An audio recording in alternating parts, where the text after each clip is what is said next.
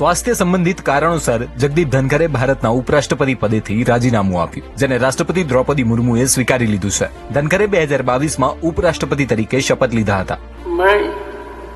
જગદીપ ધનખર. તેવામાં ભાજપ અને સંઘ કોને આગામી ઉપરાષ્ટ્રપતિ બનાવવાનો નિર્ણય કરશે, જાણીશું આજના વિડીયોમાં.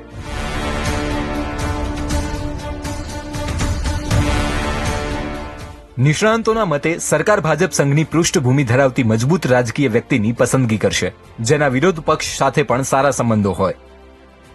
આમાં પહેલું નામ છે રક્ષામંત્રી રાજનાથસિંહ. 2 વખત ભાજપના રાષ્ટ્રીય અધ્યક્ષ, યુપીના સીએમ, કેન્દ્રમાં ગૃહમંત્રી અને હાલમાં રક્ષામંત્રી છે. રાજનાથની છબી એક સંયમિત અને તમામ પક્ષોમાં સ્વીકાર્ય નેતા તરીકેની છે. રાજકીય નિષ્ણાંત રાશિદ કિદવઈ કહે છે કે રાજનાથસિંહ ભાજપના કોર કેડર અને સંઘની પણ પસંદ છે. તેવામાં ચૂંટણી ફક્ત ઉપરાષ્ટ્રપતિ પદ માટે નહીં હોય. હાલમાં 5 વર્ષ માટે ઉપરાષ્ટ્રપતિ બનાવવામાં આવે અને પછી રાષ્ટ્રપતિની ચૂંટણીમાં પણ ઉમેદવાર બનાવવામાં આવે.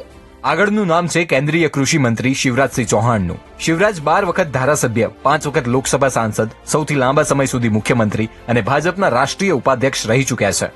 તેમને સંઘનું પણ સમર્થન છે. શિવરાજ ઓબીસી સમુદાયમાંથી છે. જાતિ સમીકરણોની દ્રષ્ટિએ પણ તેઓ ફીટ બેસે છે.